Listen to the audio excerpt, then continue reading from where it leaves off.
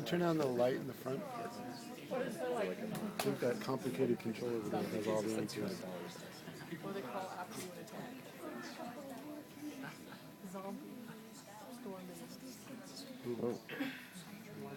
Just hit You enter. can do a slideshow and hit pause, and that'll do the black screen. No, I want the full size. There's no way to make it bigger.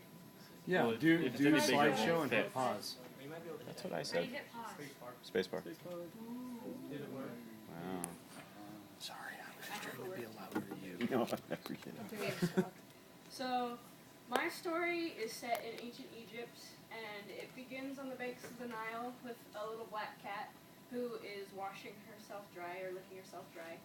And the sun is beginning to set, and you see her just finishing up her cleaning, and she looks up at the sun, and as the last rays of the sun go down over the horizon, the final ray falls on her face and her eyes, and as it falls, it goes into her eyes and glows, and so she has captured the light of the sun in her being and in her essence, and as this happens, her whole body kind of fades from black to white, and she rushes up to the nearby village, and with her powers of the sunlight can give light to all the people there who don't have the ability to make light themselves at night.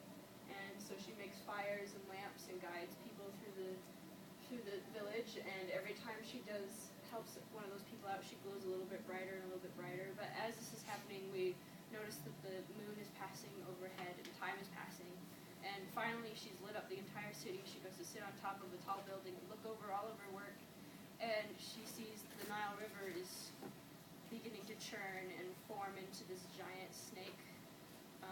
And that is her nemesis. And he comes out of the river and rears up his head and sees the cat sitting on top of the building. And he's angry because he doesn't like the light. So he goes and attacks her, rushing through the roadways of the village, and reaches her and chases her back down out of the village. And all the while he's chasing her, he puts out all of the lights that she started, so there's no light in the village anymore. Chases her back down to the river's edge, and she's got nowhere to go. She's right at the edge. She turns and looks back, sees that all her hard work is gone, that the village is dark again. There's nothing she can do, and she looks up at the snake, and you can see that she's sad, but she's also accepting.